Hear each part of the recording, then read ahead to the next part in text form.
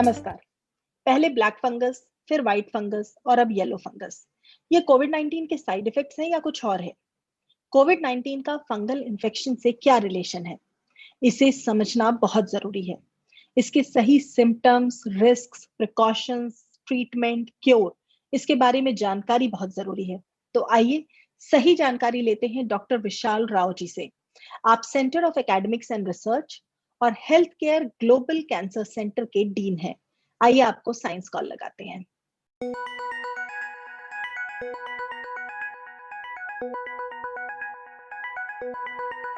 नमस्कार डॉक्टर राव, बहुत बहुत स्वागत है आपका। नमस्ते नेहा जी। जी, इस वक्त फंगस को लेकर के बहुत सारी टेंशन है, बहुत सारे क्योस चल रहा है दिमाग में कि ये क्या फंगल इन्फेक्शन है। पहले ब्लैक फंगस था, फिर व्हाइट फंगस था, अब येलो फंगस भी सामने आ रहा है। तरह तरह के फंगल इन्फेक्शन कोविड से जुड़े हुए हैं और ये अचानक रंग कैसे बदल रहे हैं? ये पैंडेमिक के अंदर एक एपिडेमिक की तरह आ गया है। हाँ। पैंडेमिक तो था ही वायरस का, उसके अंदर एक फंगस का एपिडेमिक आ गया है। तो इसका कारण क्या है, क्यों ये सिर्फ भारत देश में दिखाई दे रहा है और बाकी भिन्न देशों में दिखाई नहीं दे रहा है, इसके लिए क्या कारण हो सकता है बोल के हम लोगों ने डिटेल में एनालिसिस किया। अब हमारे ही अस्पताल में, HCG कैंसर हॉस्पिटल में, हमारे अस्पताल में करीबन हम लोगों ने अभी तक करीबन 50 से ज्यादा पेशेंट्स को ब्लैक फंगस के ट्रीट किए हुए हैं और उसमें से 2 या 3 व्हाइट फंगस के भी थे। बट हम लोगों ने इनका डेटा पूरा कंपाइल करके इन थोड़ा और डिटेल में स्टडी किया कि इनका कारण क्या हो सकता है। अब अक्सर एक कैंसर हॉस्पिटल में हम लोग कीमोथेरेपी देते हैं या ये देते हैं तो इम्यूनिटी कम होता है, तो हम लोग अक्सर ऐसे इन्फेक्शन देखते हैं। बट ये टाइम में जब ये वायरल इन्फेक्शन के कारण इतने ज्यादा ब्लैक फंगस आए तो एक मल्टी डिसिप्लिनरी अप्रोच की जरूरत थी, जहां पे diabetologist, ophthalmologist, skull base surgeon या ENT सर्जन, उसके अलावा इन्फेक्शियस डिजीजेस एक्सपर्ट्स, तो अनेक तरह के एक्सपर्ट्स का साथ में आना बहुत जरूरी था इस पर्टिकुलर ब्लैक फंगस के पैंडेमिक में। और मुख्य तौर से 3 विषयों के ऊपर हम लोगों ने गौर किया। पहली बात तो ये सोर्स कहाँ से आ रहा है, हाँ। दूसरी बात इसको डिटेक्ट अर्ली कैसे कर पाए, और तीसरी बात इसका अच्छी तरह से ट्रीटमेंट कैसे हो पाएगा। ये तीनों सवाल मेरी लिस्ट में थे, आप एक एक करके इनके जवाब दे सकते हैं। ओह, बहुत अच्छे। तो पहला चीज ये है कि इसका सोर्स कहाँ से आया, ये कहाँ से ये वायरस, ये जो फंगस था जो पहले वेव में दिखाई नहीं दिया, वो सेकेंड वेव में सडन कहाँ से आ गया। तो इसके लिए बहुत सारे कारण हैं और बहुत सारे डिस्कशन है, बहुत सारे हाइपोथेसिस है। और कल हमारे कमेटी में तो हम लोग चर्चा कर रहे थे कि व्हाट्सएप यूनिवर्सिटी ने उसके ऊपर शायद 1000 और कारण बताए हैं। बिल्कुल। बट इस समय में जो लोगों को जानकारी देना जरूरी है वो ये है कि जहां तक हम लोगों ने देखा है, हमारे 50 से ज्यादा % पेशेंट्स में या गवर्नमेंट के कमेटी में कर्नाटका के जो 500-600 केसेस हैं अभी के, उनका जो हम लोगों ने एक जनरल सिंपल सा एनालिसिस करके देखा है, उसमें से हम लोगों ने 5 चीजों को देखा। पहला चीज कि ये पेशेंट्स कोविड पॉजिटिव थे। हाँ। और कोविड पॉजिटिव होने के 5 से 7 दिन के अंदर मेजॉरिटी लोगों में ये ब्लैक फंगस आ गया, यानी कि कुछ ही दिनों के अंदर। सेकेंड चीज, इन पेशेंट्स में स्टेरॉइड्स का यूज हुआ है। तीसरा चीज, इन पेशेंट्स में ब्लड शुगर बहुत हाई था। चौथा चीज, इन लोगों में ऑक्सीजन का यूज कुछ मात्रा में कुछ पेशेंट्स में हुआ था, करीबन 30 से 40% पेशेंट्स में ऑक्सीजन का इस्तेमाल हुआ था। और पांचवा चीज जो सबसे अहम चीज दिखाई दे रहा है वो ये है कि जो सारे पेशेंट्स हैं उनमें मेजॉरिटी पेशेंट्स ने, या मेजॉरिटी यानी कि ऑलमोस्ट ऑल पेशेंट्स ने वैक्सीन नहीं लिया था। अब ये 5 चीजों को गौर में रख के हम लोग ये सोच रहे हैं कि इन 5 चीजों में जो मूल कारण है वो कौन सा है, ये कौन सा इन 5 चीजों में मूल कारण है। और इसके लिए माइक्रोबायोलॉजिस्ट, वायरोलॉजिस्ट, माइकोलॉजिस्ट यानी कि फंगस के एक्सपर्ट्स और क्लिनिशियन साथ में बैठ के हम लोगों ने काफी घंटों तक लास्ट लगातार 3-4 दिनों से हमारा सब कमेटी मीट कर रहा है चर्चा करने के लिए, हेल्थ मिनिस्टर के साथ, डिप्टी चीफ मिनिस्टर के साथ, और बहुत सारे अनेक कारणों को एनालाइज कर रहे हैं। तो मैं एक एक करके मैं ये 5 चीजों के बारे में थोड़ा विवरण से बात करूंगा। जरूर। पहला हो गया कोविड पॉजिटिव, बट कोविड तो लास्ट ईयर भी था, पहले वेव में हमको क्यों नहीं दिखा? ऐसा ही नहीं था कि पहले वेव में म्यूकर या ब्लैक फंगस था, नहीं था, बट बहुत कम मात्रा में था।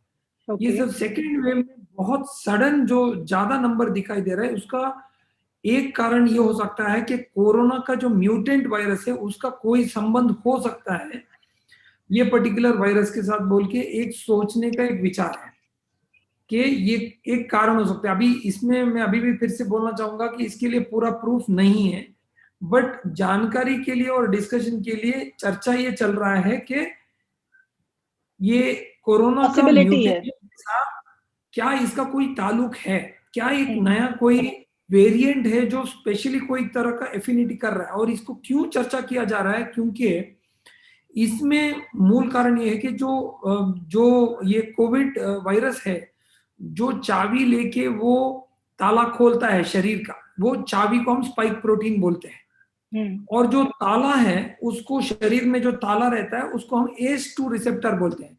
अब ये पाया गया है कि ये जो ACE2 रिसेप्टर है वो जो नया म्यूटेंट के साथ बहुत अच्छी तरह से घुल मिल रहा है, और इस कारण से ये जो म्यूटेंट वेरिएंट्स है जो करीबन 8,000 के करीबन है अभी इंडिया में, ये म्यूटेंट जो नए वेरिएंट्स है उनमें कुछ नए एफिनिटी है ACE2 रिसेप्टर के लिए, और ये एफिनिटी के कारण वो ज्यादा घुल मिल रहे हैं और ज्यादा इसकी वजह से स्प्रेड हो रहे हैं, ट्रांसमिट हो रहे हैं और लीथल है, डेंजरस हो रहे हैं। इसी समय में ये ब्लड वेसल्स में भी, हमारे खून की मात्रा में भी ये पर्टिकुलर ACE2 रिसेप्टर्स रहते हैं, इसका दरवाजा रहता है। और शायद ये वायरस खून के नलियों में भी जाके ये प्रॉब्लम कर रहा है, जिसके कारण फंगस को एक्सेस मिल रहा है। और ये ब्लैक फंगस जो है स्पेशल टॉक्सिन्स रिलीज करके खून की जो नली है उसको पूरा ब्लॉक कर देता है, जिसके कारण उसको ब्लैक पैच दिखाई देता है और जिसके कारण इसको ब्लैक फंगस बुलाया जाता है। तो ये हुआ वायरस का कारण। इसी तरह से स्टेरॉइड्स, ये पता चला है कि लास्ट ईयर पहले वेव में जो था हम लोगों ने इतना ज्यादा स्टेरॉइड नहीं यूज किया था, बट इस वेव में क्योंकि कुछ ऐसे कुछ साइंटिफिक विज्ञान में ऐसे कुछ संशोधन हुए थे जिनके प्रकरण की वजह से हमको ये पता चला कि स्टेरॉइड यूजफुल है, कि स्टेरॉइड जिंदगी को बचा सकता है। इस कारण से बहुत लोगों ने स्टेरॉइड यूज किया, बट इसमें एक एक तरह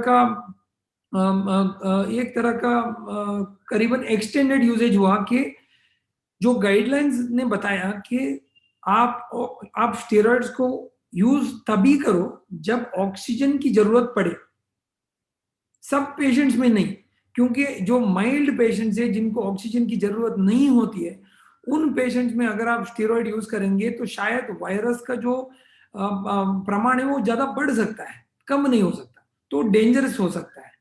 बट ऐसा हमको दिखने को मिला कि पेरिफेरल में बहुत जगहों पे over the counter usages of steroid शुरू हो गया।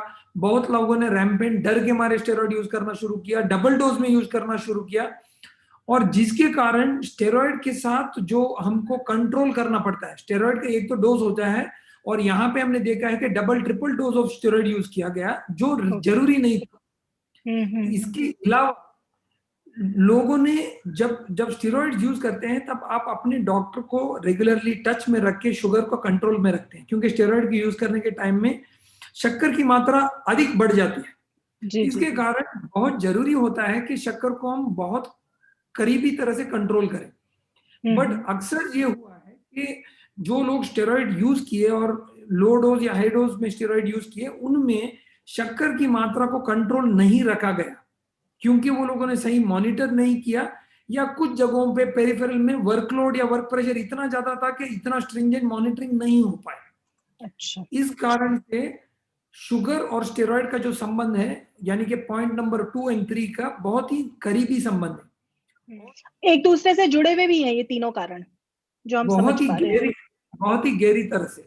अब चौथा कारण ये हुआ कि ऑक्सीजन, क्या ये है कि हम लोग ऑक्सीजन को क्लीन यूज नहीं कर पा रहे हैं, क्या टैप वाटर मिक्स हो रहा है, क्या ऑक्सीजन सिलेंडर में खराबी, इसके कारण बहुत सारे चर्चा हो, क्या ऑक्सीजन में कुछ। बट हमारे जो इनिशियल संशोधन में जो हमको पाया गया रिजल्ट्स, उसमें तो हमको ये पता चला कि काफी पेशेंट थे जिन्होंने ऑक्सीजन लिया ही नहीं था, बट फिर भी उनमें ब्लैक फंगस हुआ।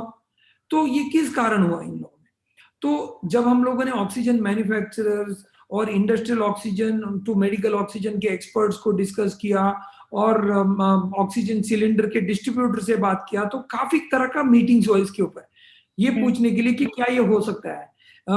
एक और इससे कदम आगे बढ़ के हमारे जो माइक्रोबायोलॉजिस्ट है उन्होंने एडिशनल उसमें चेकिंग किया, ग्लोबल एक्सपर्ट से बात किया, और सबका ये कहना था कि ऑक्सीजन का जो सिलेंडर है वो बहुत हाई प्रेशर सिलेंडर है जिसमें फंगस अंदर नहीं बैठ सकता, और ऑक्सीजन सिलेंडर देने के पहले पूरा वहां पे वैक्यूम किया जाता है और पूरा हवा को निकाला जाता है, फिर ऑक्सीजन भरा जाता है, इस कारण वहां पे फंगस नहीं बैठ सकता। दूसरा चीज ये है कि जो पानी में जो हम लोग आप बोल रहे हैं कि टैप वाटर या पानी में हम डाल रहे हैं तो जिसकी वजह से कंटेमिनेट हो रहा है, मेजॉरिटी माइक्रोबायोलॉजिस्ट ने ये भी कहा कि ये नहीं हो सकता क्योंकि फंगस जो है स्पोर्स में यानी कि हवा में घूमता है, पानी में नहीं रहता। पानी में मिलते ही वो हाइफे हो जाता है, जिसके कारण स्पोर्स में का जो थियरी है वो शायद पूरी तरह से ठीक नहीं है। तो इस कारण हम ये सोच रहे हैं कि शायद ये जो हम थियरी बोल रहे हैं कि ये ऑक्सीजन के कारण हुआ है वो शायद गलत है, और इस समय में लोग इसके ऊपर ज्यादा घबराना नहीं चाहिए ये फंगस के लिए। और इसमें मैंने लास्ट चीज बोला कि वैक्सीनेशन में 99% लोगों को वैक्सीनेशन हुआ नहीं था, जिसके कारण हम लोग सोच रहे हैं कि शायद ये वैक्सीन और जो फंगस का जो न्यू म्यूट जो वायरस का जो न्यू म्यूटेंट है उसके कारण कोई शायद कनेक्शन हो सकता है, और जिसकी वजह से हम चर्चा कर रहे हैं। अब ये 5 चीजों के बारे में मैंने प्रिवेंशन के तौर पे विवरण किया। सेकेंड चीज ये है कि इसको अर्ली कैसे डिटेक्ट करें। हाँ, तो मैंने सेकेंड पॉइंट बोला, अर्ली डिटेक्शन में ये बहुत जरूरी है हमको समझना कि जो अर्ली डिटेक्शन जो हम बोल रहे हैं उसके कारण बहुत सारे लोग आतंकित होकर चिंतित होकर हमारे सामने आ रहे हैं। रोज हमारे सामने 1-2 पेशेंट आते हैं यंग 20 साल 30 साल, जो बोलते हैं सर शायद हमको ब्लैक फंगस हो गया है। मैंने बोला क्यों? सर हमको तो स्टीरॉइड दिया गया। स्टीरॉइड तो बहुत लोगों को दिया गया, बट क्या आपको शुगर है? तो पहला चीज उनका शुगर चेक किया, शुगर नॉर्मल है। तो मैंने बोला देखो सर, शुगर अगर नॉर्मल है तो ऐसा कोई मात्रा में हो नहीं सकता कि आप लोगों को सडन ब्लैक फंगस हो सकता है। सेकेंड चीज, इसके अलावा क्या आपको कोई ऐसा सिम्टम है जिसकी वजह से आपको लगता है कि आपको ऐसा कोई सिम्टम है, जैसे कि बहुत सीवियर हेडेक हो आपको, या आपको नोज में बहुत सारा डिस्चार्ज हो जिसमें ब्लड आ रहा हो, या फेस में पेन हो, आई के अराउंड पेन हो? नहीं। तो उस कारण से आपको ये जानना जरूरी है कि सिर्फ आपको कोविड होने के कारण या आपको स्टेरॉइड देने के कारण आपको ब्लैक फंगस नहीं होगा। प्लीज इसके ऊपर उत्तेजित, चिंतित या आतंकित होकर आप प्लीज अपने डॉक्टर के पास ना भागें। बट इसके अलावा अगर आपके पास सिम्टम्स है ब्लैक फंगस की, यानी कि ब्लैक पैच दिख रहा है, सीवियर हेडेक हो रहा है, अनबेरेबल नेजल डिस्चार्ज हो रहा है, ब्लड में डिस्चार्ज हो रहा है, आई के ऊपर पेन हो रहा है, आई में तुरंत दिखाइए। बट उसके अलावा पैनिक ना करिए, ये बहुत जरूरी है। और इसके लिए सिंपल और इम्पोर्टेंट चीज ये है कि जो मेजॉरिटी पेशेंट्स हमने देखा वो 1 हफ्ते के अंदर उनके ऊपर म्यूकर का डिटेक्शन हो गया था, जो ब्लैक फंगस का। तो ये जानना जरूरी है कि जब आप डिस्चार्ज हो रहे हो शुगर चेक कराइए, अपने ईएनटी सर्जन से स्क्रीनिंग करा दीजिए, और अगर आपको कुछ भी तरह का डाउट हो या कंफ्यूजन हो, ईएनटी सर्जन के साथ रेगुलरली टच में रहिए। आतंकित होने का कोई विषय है ही नहीं, पैनिक होने वाली बात नहीं। बिल्कुल। तीसरी चीज ये है कि तीसरा प्रश्न जो आपने पूछा ट्रीटमेंट का, क्योंकि आज के दिन में यह हो रहा है कि बहुत सारे जगहों पे दवाई का शॉर्टेज चल रहा है, और लोग बहुत इसकी वजह से टेंशन पैनिक में आ गए हैं कि क्या करें, क्योंकि दवाई मिल नहीं रहा है। और ये सच्चाई की बात है, क्योंकि आज देश में 10,000 केसेस हैं, और 10,000 केसेस के लिए प्रति पेशेंट में एम्फोटेरिसिन बी का 6 वायल लगता है। तो आज हमारे अस्पताल में अगर 3 पेशेंट है तो मुझे करीबन मिनिमम 200 वायल रोज के लगेंगे, बट कुल मिला के कर्नाटक में शायद 400 वायल है। तो शॉर्टेज जरूरी है, कि जरूरी शॉर्टेज रहेगा, बट इसके कारण भी उत्तेजित, चिंतित ना होइए। पहला चीज ये है कि अगर अर्ली फंगस है तो आपकी ईएनटी सर्जन इसको अच्छी तरह से एंडोस्कोपिकली डिब्राइड क्लीन करके करेंगे, तो पहला जो है इंपॉर्टेंट काम हो चुका है। सेकेंड चीज, डिब्राइडमेंट और अच्छा क्लीनिंग के बाद सेकेंड चीज होता है आपके लिए आपका मेडिकेशन देना। ये ट्रीटमेंट में जो मेडिकेशन की आप बात कर रहे हैं, एंटीफंगल ड्रग्स जो हैं वो लिए जा रहे हैं या देने होते हैं पेशेंट्स को, ये जो ट्रीटमेंट है ये कितना कारगर लगता है आपको? बिकॉज हम जैसे देख रहे हैं anti viral, anti Covid drugs जो बन रहे हैं वो प्रिकॉशंस तो हैं बट क्योर नहीं है उन एंटी कोविड ड्रग्स में। क्या एंटी फंगल ड्रग्स जो है वो क्योर है इस इन्फेक्शन का? हाँ डेफिनेटली। तो जो एम्फोटेरिसिन बी जो ड्रग है जिसको लाइपोसोमल फॉर्म में अभी दिया जा रहा है, या फिर एक दो और वेरिएंट है उसके, ये सबसे ज्यादा इफेक्टिव और क्योर बनाने वाला ड्रग है जी। इसका जो शॉर्टेज इसलिए आ रहा है क्योंकि हमारे देश में बहुत ही कम मात्रा में इसका औषध का प्रयोग हो रहा था। सडनली ऐसा लग रहा है कि हमको प्रतिदिन इतना उसका 100 गुना ज्यादा जरूरत है, तो उस कारण से हमारा सप्लाई और डिमांड में एक गैप रह गया है। बट इसके अलावा और कोई कारण नहीं है, क्योंकि मैन्युफैक्चरर भी जिनसे हमारे डिप्टी चीफ मिनिस्टर ने और हेल्थ मिनिस्टर ने बात किया, उन्होंने भी यही चिंता व्यक्त किया कि सर हमको पता नहीं था कि एक हफ्ते के अंदर आपको इतना डिमांड जरूरत इतनी पड़ेगी। ज्यादा हो जाएगी। जी जी जी। तीनों फंगस में सबसे डेंजरस कौन सा है, क्या ये भी हम समझ सकते हैं? बिकॉज ब्लैक फंगस सबसे पहले आया था, उसके बारे में सबसे ज्यादा हम जानते हैं कि वो कितना लीथल हो सकता है। बट अभी येलो फंगस जैसे ही आया तो ये भी खबरें आने लगी कि yellow fungus is the most lethal among all the fungal infections. तो इसको भी थोड़ा क्लियर कीजिए दर्शकों के लिए। So, see, in the current particular thing, all the three fungal infections are very, very concerning, because ये जो व्हाइट फंगस है वो काफी लंग में भी पाया जा रहा है, ब्लैक फंगस जो है आपको फेस में, आईज में पाया जा रहा है। इस कारण से तीनों फंगस हमारे लिए रेलेवेंट है इस कारण में। बट